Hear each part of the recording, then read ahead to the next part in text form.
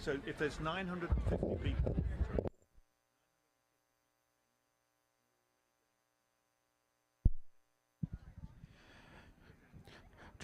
Check.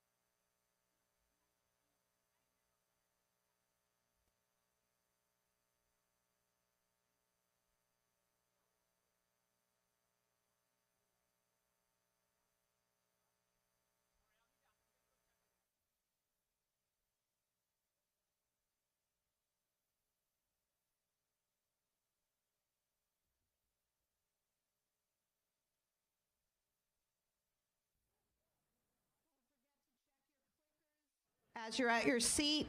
Also, there's some information about town meeting scrolling on the screen to my left.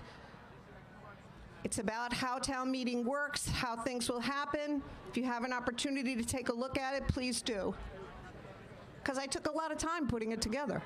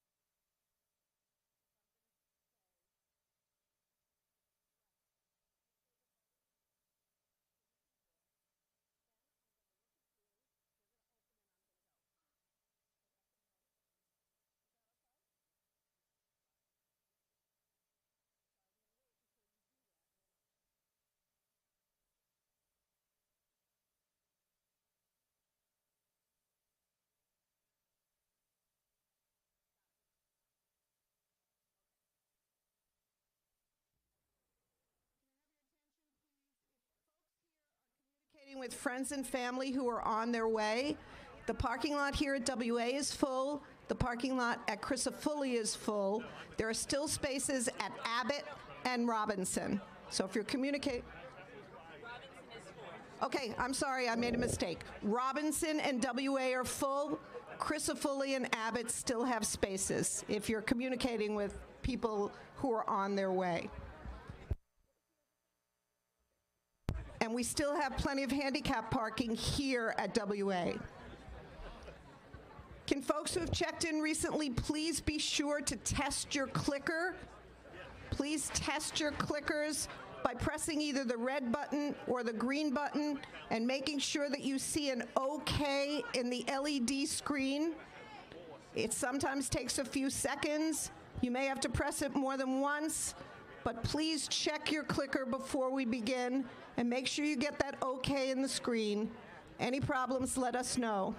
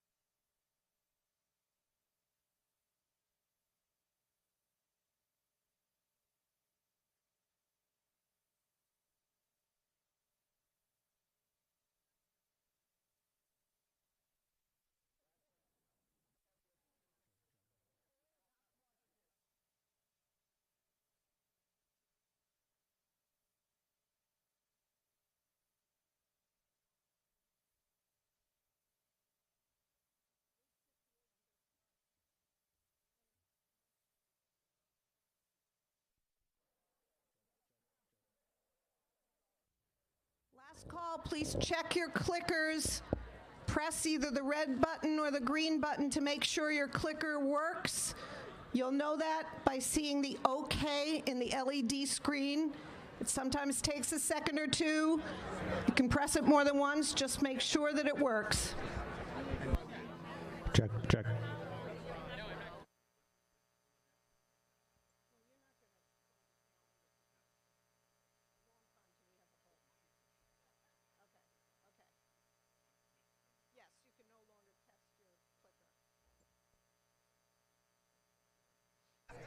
Check, check.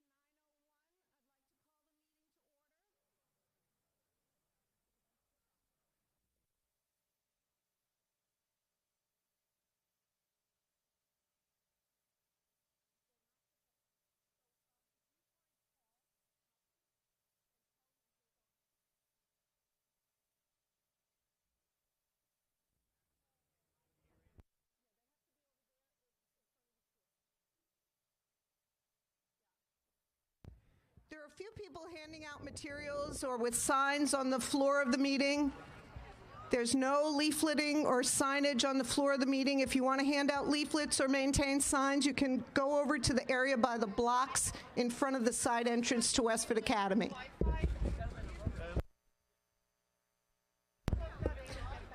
All right, I'm Angela Harkness, Westford's town moderator.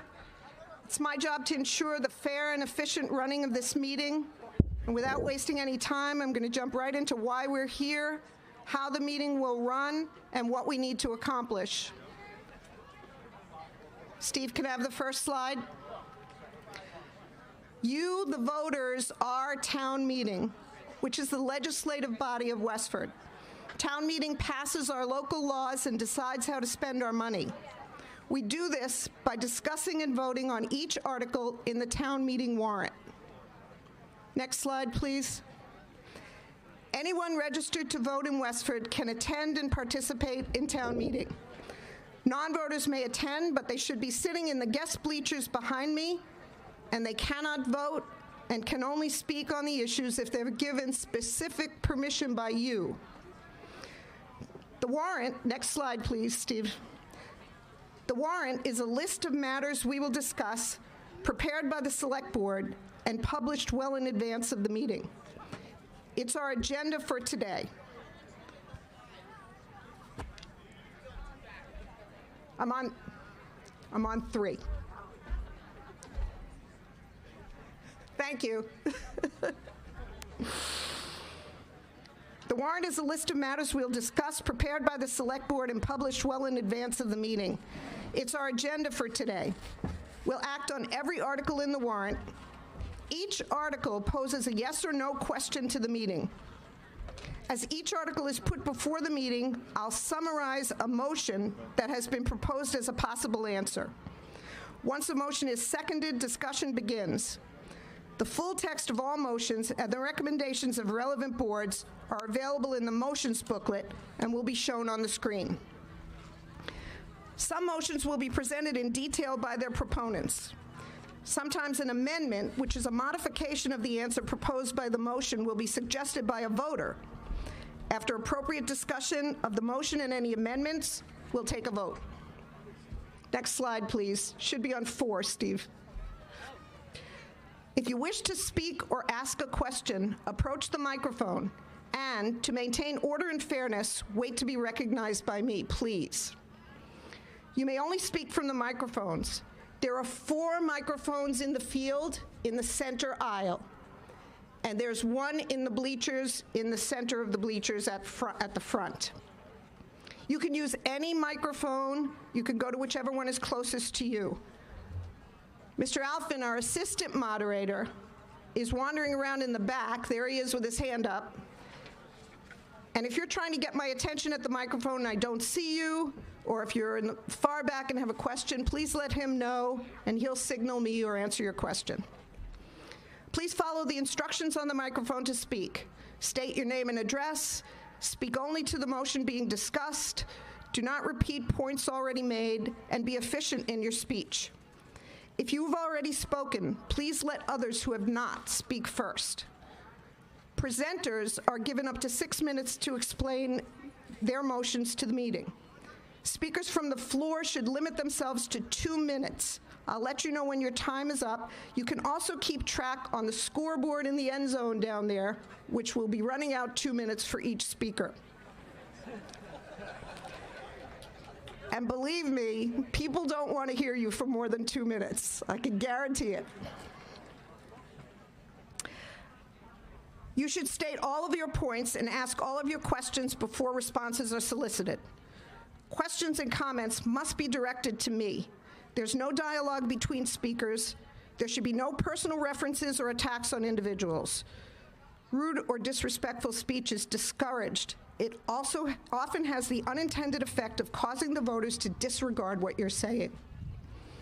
A speaker wishing to end debate and move the meeting to a vote after being recognized may simply say, "I wish to move the question," or something similar at the microphone. Such a motion is not debatable, and it requires a 2/3 vote for approval. As moderator, if I believe terminating debate will unreasonably limit informed consideration of the topic or comes before appropriate discussion has taken place, I may determine that such a motion is out of order. A speaker may not address the meeting and then finish their comments with a motion to end discussion by moving the question. A motion to move the question must be the only thing the speaker says on that trip to the microphone. Any voter may propose an amendment changing the main motion during the course of debate. Simple amendments changing only a few words can be made verbally. All other amendments must be presented to the moderator in writing after being stated at the microphone. The voter proposing an amendment should state the consequence of the amendment on the motion being considered. An amendment which is beyond the scope of the article will be ruled out of order.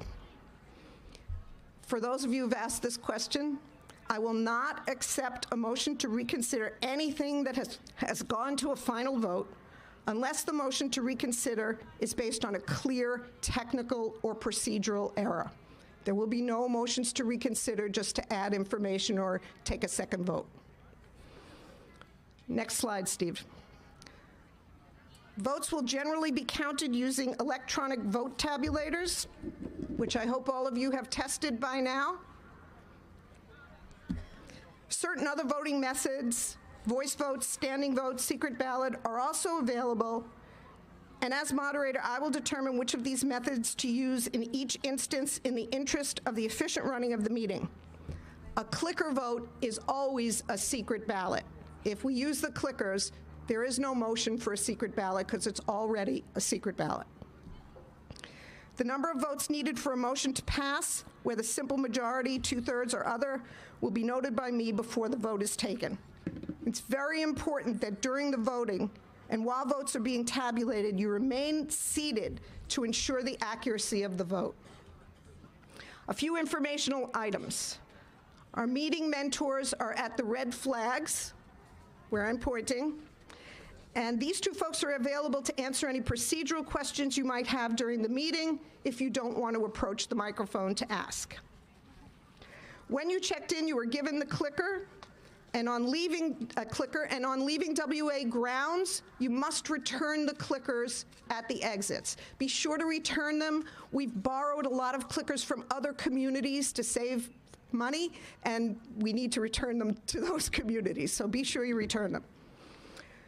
The weather's great, but if for any reason we have to stop the meeting and leave the field, please listen carefully to instructions.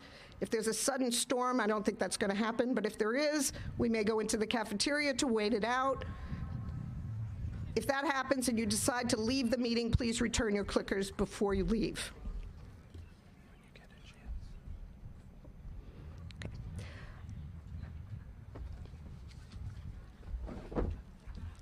To vote using your clicker, you have to wait until I say that the voting is open.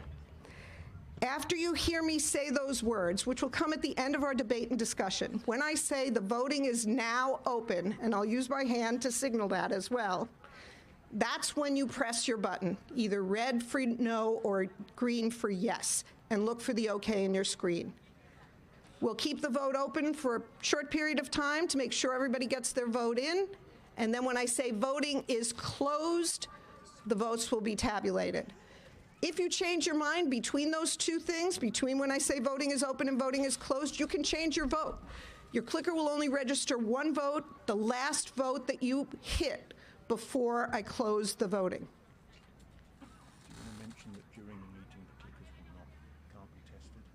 Yeah. Is that closed now? It's open at the moment. Okay. We still have the test screen open if you want to test your clickers, but soon we'll be closing that. Once we close that, you can't test your clickers anymore. They won't register anything until I open the vote for one of the articles. Before we start, I have two housekeeping motions. Well, before we get to that, anybody who's sitting on the end, can you please try to move in as much as you can to the center so that voters who are still arriving have places to sit on the field. So if you could consolidate, if there's any way for you to consolidate, I would appreciate your doing that. Now, as indicated previously, non-voters may not address the meeting without your permission. I'm now going to ask that town meeting allow speaking participation by our town employees and town consultants like town council who will be participating in our discussion by virtue of their positions. May I have a motion to allow those individuals to address the meeting? Is there a second to that motion? This is usually a non-controversial vote, although it does require a 2/3 majority. I'm going to try to quickly do it by voice for this one. All in favor of allowing our town employees and consultants to participate in the meeting by speaking at the microphone, please say aye. All opposed? The motion passes. I don't think it's unanimous, but it definitely passed by 2/3 majority. Secondly, the full text of the motions we're voting on is in the motions booklet. Can you hold that up, please? The motions book, the green motions booklet, which is available behind me, and it will also be shown on the screen. To save time, may I have a motion to accept the wording as it's printed in the motions booklet? Is there a second? What that means is, rather than my having to read every word of every motion, I'll be able to summarize it for you to save some time and get us moving to the vote. For this one, we're going to test our clickers. We'll have an actual vote testing our clickers. So all in favor of accepting the wording in the motions booklet and allowing me to summarize that, press the green button for yes. All who are opposed to that, please press the red button for no. When I say the voting is open, not yet, not yet. It's open now. It's now open. Go. Did you call me, Andrew? No. You did not.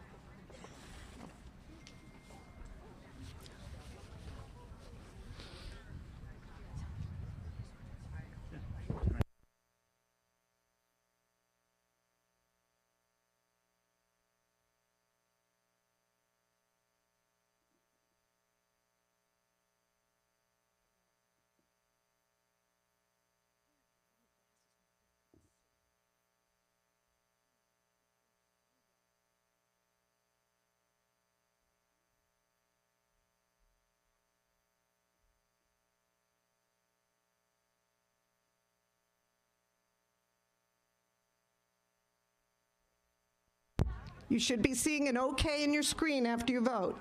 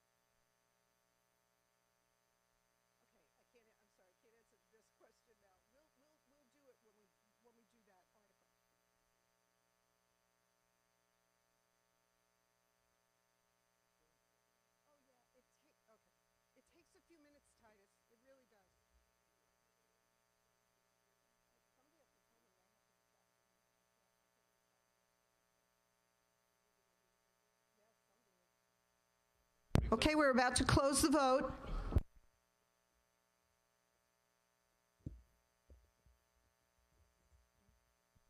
Voting is closed. 1699 yes, 89 no. The motion passes 1,699 yes, 89 no.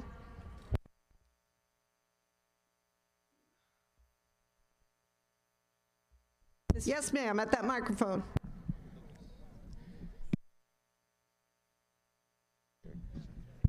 Okay, there we go. I just wanted to know, at the last town meeting, we were able to see the results on the screen. Will we be able to see that today? We can't connect our clickers or our clicker computer up to that screen because it's on the internet, and we want to keep the voting secure, so we're not connecting to the internet at all. The clicker counter is right here, and I will be reporting verbally the vote to you. Excuse me, at least one of the clickers never registered okay over here. I'm to your right. Okay, you need to come up. This is why we had the test in the beginning, but if your clicker's not registering, you need to come up and swap it out at the teller's desk. Okay, finally, I want to emphasize that every question is welcome. Feel free to ask about the facts of any article or the particulars of any process we're following. If you have a question about something, someone else in the room, probably on the field, probably does as well. Let's move on to the consent agenda before we go to the budget articles. We're now at the consent agenda, which consists of Articles 5, 7, 11, 12, 13, 15, 16, and 21. These articles either repeat every year or are routine in nature and don't usually engender discussion. To save time, we can vote on them all at once instead of voting on each article separately. However, if anyone has a question or a concern about any of these articles, I'll pull that article out of the consent agenda and put it back in its rightful place. We'll come back to it later to answer your question or hear your comment. So, as I read through the consent agenda items, please say hold loudly from your seat if you have a question or a concern. Is there a second to the consent agenda? I'll now read through the list of the 8 proposed consent agenda articles. Please say hold to any item for which you would like further discussion. Article 5 is to accept annual reports from boards, committees, and departments. Article 7 is to make our annual appropriation for perchlorate remediation. Was there a hold on that?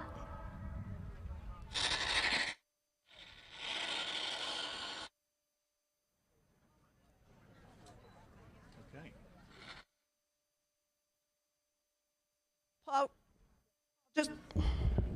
Paul, just raise your hand if there's a hold back there. Okay, we've got a hold on that. Article 13 is to transfer sums from the Water Enterprise Other Post-Employment Stabilization Fund to the Water Enterprise expenses to pay retiree benefits. Article 15 authorizes the Select Board to accept easements. Article 16 is to authorize the Select Board to acquire easements for the Plain Road Sidewalk project. Article 21 is to allow cemetery commission policies and rules to be adopted by the Select Board without having to come before town meeting. Angela, you skipped some. You skipped 11 and 12. Article 11 establishes spending limits on revolving funds. Article 12 is to appropriate Chapter 90 funds due to the town for roadway maintenance. So the only hold I have is on Article 7, which is to make our annual perchlorate remediation. Did I miss anybody? All right, we'll put that Over there. 16. Okay, so 12 and 16 are on hold. All right, we'll vote on the other articles. So that means Articles 5, 11, 12, 13, 15, and 21. Click a vote. No. We're going to do this Since no one has raised any objections to these or questions, we're going to do this by voice vote, which is a little quicker. All in favor of the consent agenda, including those articles I just mentioned, please say aye. Aye. All opposed, please say nay. The article passes. It is not unanimous. All right, we'll now move to Article 1. Under Article 1, I have a motion that the town raise and appropriate $136,437,171 for the fiscal 2025 budget, and that the amount raised and appropriated be contingent on the passage of a Proposition 2.5 override ballot vote. Is there a second to the motion? I want to take a moment here for a little explainer. Articles 1 through 4 all deal with our budget. We'll be voting on each of these articles separately, but the articles must be discussed together in order for them to make sense. Therefore, I'll take questions and comments on all 4 articles during the course of our upcoming debate. We'll have general discussion first, and then do our standard line-by-line review of the override budget before taking any vote on Article 1.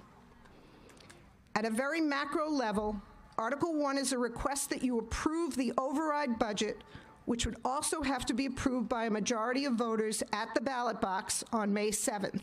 Both things have to happen in order for the override to be accomplished. The town plans to use a portion of the override money collected in fiscal 25 to balance the budgets in fiscal 26, 27, and 28. Article 2 asks that the voters create a stabilization fund where this portion of the override funds will be deposited until town meeting votes on the use of these funds in fiscal 26, fiscal 27, and fiscal 28. Article 3 asks that you fund this stabilization account with $2,600,000, which is that portion of the override money to be used in fiscal 26, 27, and 28.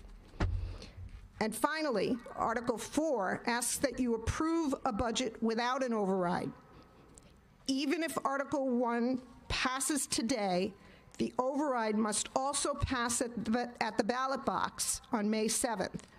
So if the override does not pass at the ballot box on May 7th, we have to have a non-override budget in place to fall back on so we don't have to call another town meeting, and that's Article 4. Clear as mud, right? Okay. I'm now going to ask our town manager, Kristen Loss, and our finance director, Dan O'Donnell, to explain much better than I just did what's going on and to give you more information about it.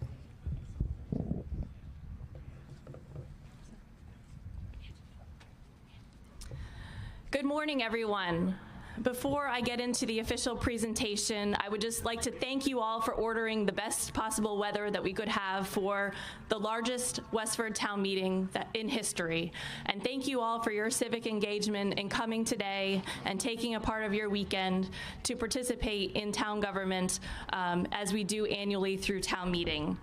I also want to give an enormous thank you to the town moderator, the select board, finance committee, and school committee, all of my town staff, school staff, and those volunteers who made today possible. This is an enormous feat. We basically planned a second town meeting within 5 weeks or less, and I am so appreciative to everyone pulling together and making this such a success. So I know it may be out of order, but Ms. Moderator, may I ask for a round of applause? Thank you. Thank you. I also would like to thank the towns of Groton and Uxbridge. They graciously loaned us clickers so that we could have over 3,100 clickers today for the vote. And as the moderator stated, if we do have any issues with the clickers throughout the day, we do have backup plans, but I do want to extend my thanks to the towns of Groton and Uxbridge. Without their generosity, we would not be here today to accommodate this town meeting. So Dan is going to help me run the slides, if you wouldn't mind going through next slide. So I will be here to present to you Articles 1 through 4. Again, as the moderator stated, we will be discussing these as a package, but voting on them separately. This packet is also available on the town meeting webpage, so some of you may have seen this presentation before. If you can't see the screen, please feel free to get up and move around if you need to. So in this presentation, I'm going to give you a brief summary on what Articles 1 through 4 are. I'm going to give you an overview of our fiscal 25 budget, one that includes a level services budget with efficiencies and a $1.1 million cut that requires a Proposition 2.5 override, and the other budget that reduces services that fits within our Proposition 2.5 constraints. I'd like to discuss what a Proposition 2.5 override is, what an override stabilization fund is, what the staff and service reductions would be with and without an override. We will go into the fiscal 25 budget in detail in a little bit, and then we'd open that up for discussion for you today. Next slide, please. This may be a little bit difficult to read, but this is posted on our town website. This is an update and an explainer of what we are facing in terms of challenges in fiscal 25 and beyond related to our town operating budget. We are facing an increase in costs of 10 to 40% in some of our contracts and cannot maintain current staffing levels without a permanent tax increase. Our health insurance claims are seeing large claims by 2 to 3 times more than what we've seen in the past. The teacher pay is increasing by 3 to 4%. We are entering into new trash and utility and solid waste contracts that are going up between 20 and 40% based upon us signing contracts in pre-pandemic levels and now us going through a period of inflation.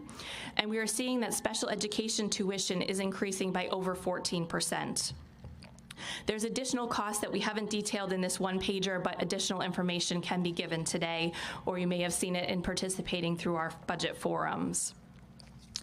Therefore, we are proposing a $6.8 million override that participates in a multi-year strategy. Because we know of these known costs and we do not want to be in this situation again next year, there will be a cumulative $12 million deficit by fiscal 28 if we do not solve the problem. Without the $6.8 million Proposition 2.5 override, the Select Board has forecasted potential losses of up to 100 school staff and 44 school staff, including public safety and other departments, by fiscal 28.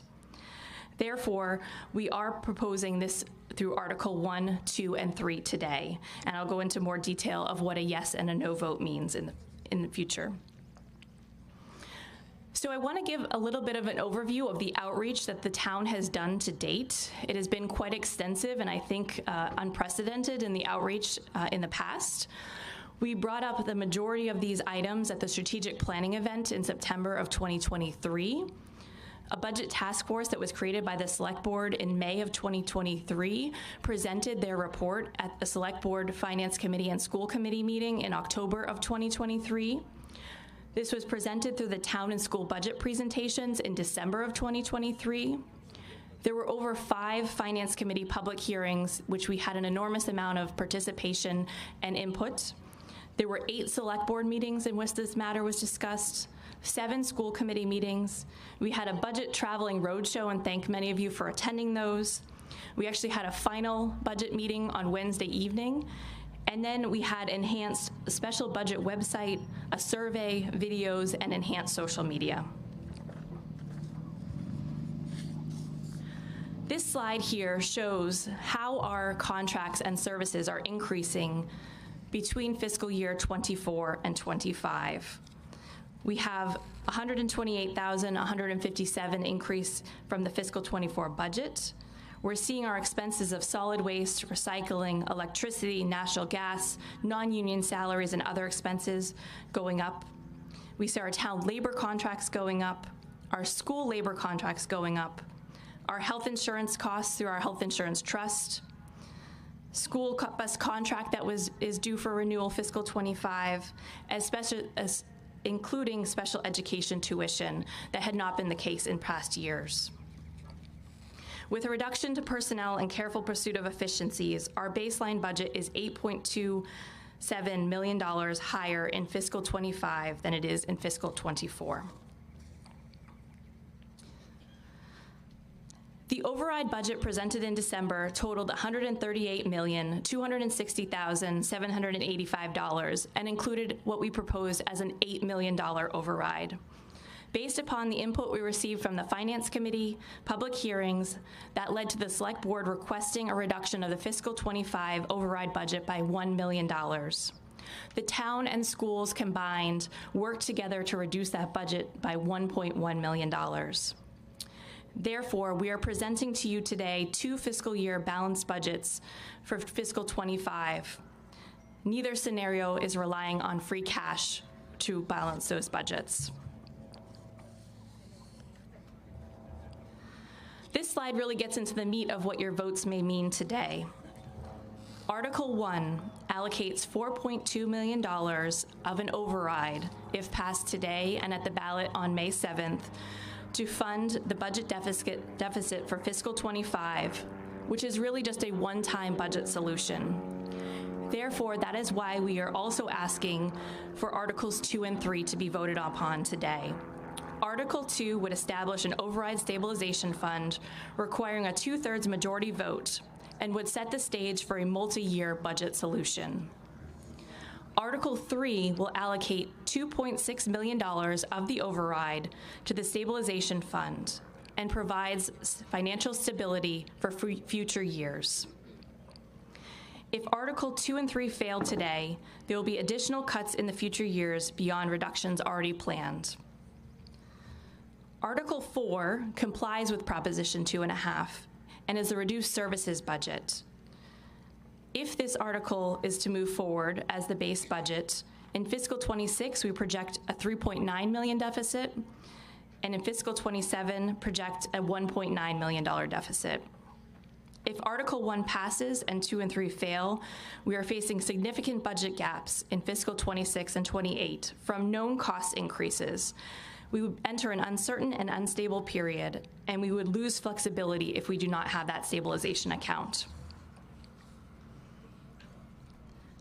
The chart on this slide shows where our budget has been starting in fiscal year '23 on the left-hand side, going all the way to what we're projecting for fiscal year '28. Under fiscal '25, you'll see in the red that we have that $4.2 million deficit. If an override is not passed, in fiscal '26, you'll see that $8 million deficit, 9.96 in fiscal '27, and 10 or more in fiscal '28.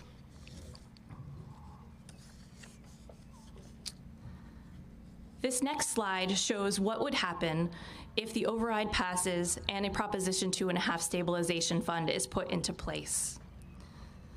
We would fund the gap through efficiencies, reductions, and new revenue. The Select Board, the Finance Committee, as well as the School Committee have all been very clear in meetings that we cannot do it alone without the voters, and the voters cannot do it alone without the residents and the staff. We are going through quarterly reviews and processing how we can be more efficient with our town budget. In fiscal '25, as presented, we're looking to use $4.2 million through the override, putting away $2.6 million into the stabilization fund, and we show that we reduced the fiscal year '25 override budget by $1.1 million. In fiscal '26, we are showing that we would use $400,000 from the stabilization fund and that we commit to reducing the fiscal '26 budget by $700,000. In fiscal '27, we would use $1.1 million from the stabilization account and commit to reducing the fiscal '27 budget if new efficiencies or revenue are not gained by $1.1 million. And in fiscal '28, using $1.1 million from the stabilization account and $800,000 in reductions, again, if those gains cannot be foreseen. Therefore, we are asking the town to support a $6.8 million increase, the town taking responsibility for 1.1 in fiscal year '25 and in the out years as shown in the chart. So I want to explain a little bit about what a Proposition 2.5 override is. Many of you have heard this in the news over this fiscal budgeting period because we are not the only municipality who is asking their voters for a Proposition 2.5 override. Proposition 2.5 is a Massachusetts law enacted in 1980 that places a limit of 2.5% on the amount of property tax revenue a community can raise through real and personal property taxes each year. A Proposition 2.5 override is a permanent increase to the town's levy limit. To pass a Proposition 2.5 override, the town meeting must approve budget articles 1 through 3, and town voters must approve the override at the budget. We have an example on the slide that shows our fiscal year 24 tax levy of just over $91 million. A Proposition 2.5 increase of $2.28 million, new growth estimated at $750,000, an override of $6.8 million, and debt exclusions of $1.579 million. That would be an estimated total tax levy for fiscal 25 of $102,637,437. This does not mean that your individual tax bill will increase by 2.5%. I want to be clear that this is the tax levy increasing by 2.5%. Your tax bills are adjusted based upon valuation, and I know many of you have stopped by the assessor's office and asked about your valuations and how those fluctuate over time. Next, I want to set the stage and discuss what an override stabilization fund is, as this may be a new term to many people. A stabilization fund is a special reserve account into which money may be appropriated into and reserved for later use. This particular fund sets aside a portion of the override from the first year and reserves that money to be appropriated for outlying years. The funding placed into the override stabilization fund will be tracked separately and will earn interest. Money from this fund may only be allocated by future town meetings. I want to be clear about that. The select board, the school committee, the finance committee, myself, we cannot allocate the funds. The town meeting is the only body that could allocate the funds in future operating budgets. And the fund allows the town flexibility to react to changing internal and external conditions that impact the budget. The fund also could be terminated by town meeting, so you as town meeting members have that authority. This stabilization account provides transparency. We also currently have a general stabilization account, a capital stabilization account, and a fire training tower stabilization account. The next two slides I'm going to go into really outline the changes that we would see in town services with and without an override.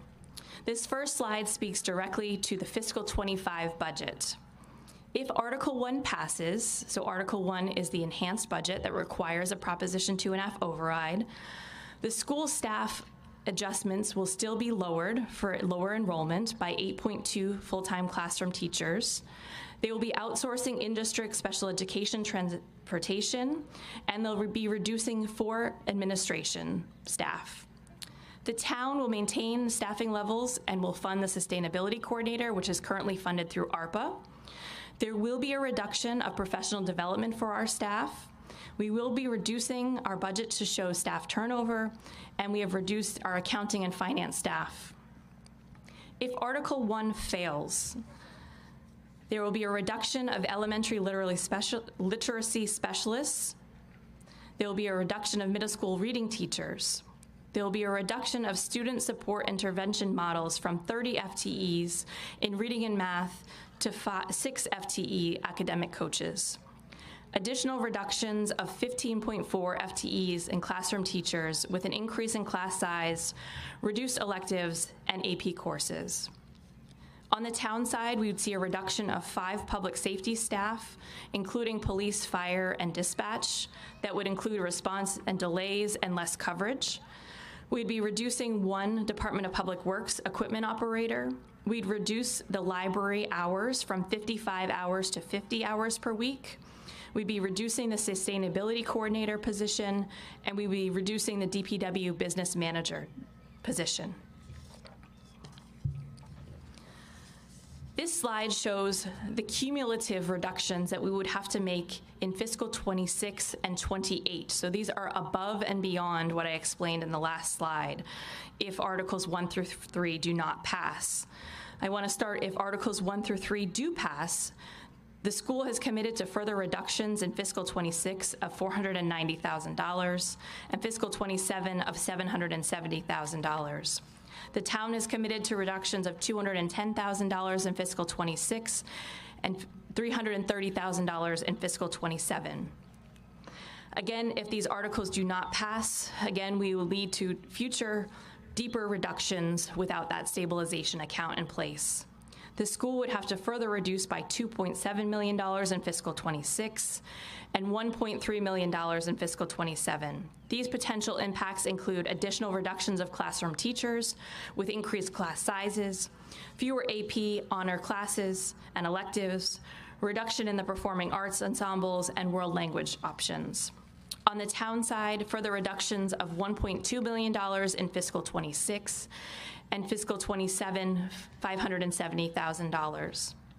Potential impacts on the town side include additional reductions of more than 20 public safety positions, including police, fire, and dispatch, that would reduce to reduction in response times, reduction in DPW staff with delayed maintenance, limited hours at the library and Cameron Senior Center, and perhaps others. So I want to go into the details of the fiscal 25 budget. This was originally, again, presented in December of 2023 to the Select Board and reviewed. We're projecting revenues as follows. We are estimating $750,000 in new growth, so that would be new construction or additions, both residential and commercial. We only see our state aid increasing by $179,000 for a total of $21 million. We have collected over $3,869,000 in motor vehicle excise tax to date through April 26th. That is 98% of our projections for fiscal 24. We have collected over $1 million in hotel and meals excise through March of 2024, which is 83% of our projections from fiscal 24. We have collected over $1 million in licensing and permits through April 26th, which is 108% more of our projected budget in fiscal 24. We are projecting $554,000 in general fund investment earnings. We are seeing a positive in that light. And we have generated over $763,000 in our recreation enterprise budget through April of 2024. This chart before you shows the new growth history within the town of Westford. So that new growth that can be added to the tax levy. You'll see that we are really at a low point. We saw some spike in fiscal 15, another slight spike in fiscal 21, but our new growth projections are quite low. The next slide shows our state aid. And this really has been growing quite slowly. And the Select Board and School Committee voiced that opinion of our state representative and senator on Tuesday night at their meeting, that state aid is not keeping up with inflation and causing municipalities to cover the gap.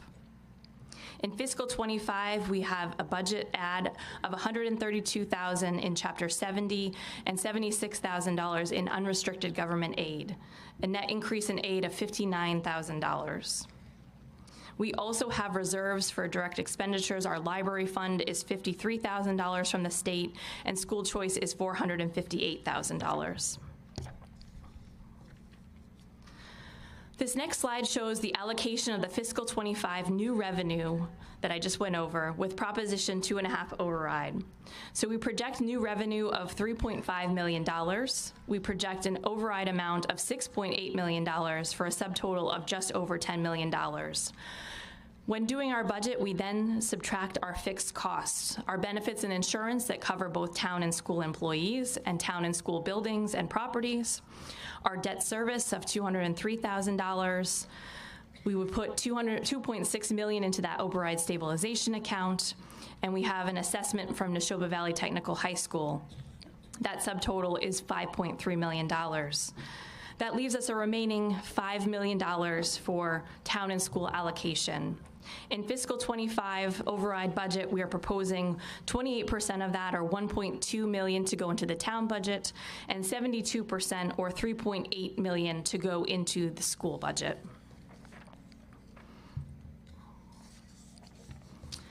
There have been many questions about debt exclusions and how we pay for debt exclusions. I know on your tax bill, they're all wrapped into one, but the way the town budgets, we have operating budget, which we're discussing under Articles 1 through 4, and then we have debt exclusions for particular projects, such as the high school expansion, or the senior center, or the fire station. So I want to note that our debt over time has really been declining. The colors on the screen represent individual projects. So retired debt is in blue, highway garage is in gray, red is the Fletcher Fire Station, green is the Blanchard Middle School roof that is coming online, orange is the Miller, Crisafulli, and Stony Brook schools, yellow is the senior center, and blue is the J.V. Fletcher Library. And again, there is quite a substantial dip in fiscal 24, 25, 26, and in 27 and 28, that would be coming back up, but would be nowhere near where the debt was in fiscal 2012.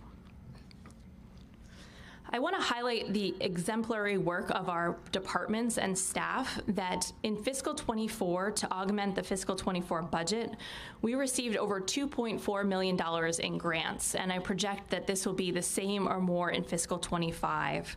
I'm not going to read through all of the grants that our staff has gone after, but this is an addition to the budget that is not Town of Westford dollars from our taxpayers, but are from local organizations, federal organizations, and the state in which we allocate grants from. So I'm very proud of our staff for doing that. I will just wrap up by thank you again to board members, department heads, employees, volunteers, and residents for your engagement during this unprecedented budget season. As we can tell by today, there are so many people engaged and involved and wanting to see what's best for Westford in the future. So with that, I will turn it back over to the moderator, and we'll begin discussion on Articles 1 through 4. Thank you so much, Kristen. Thank you, Dan.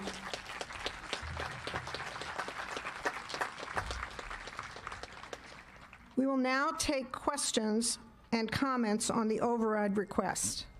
Please try to limit your debate at this time to the general aspects of the override request.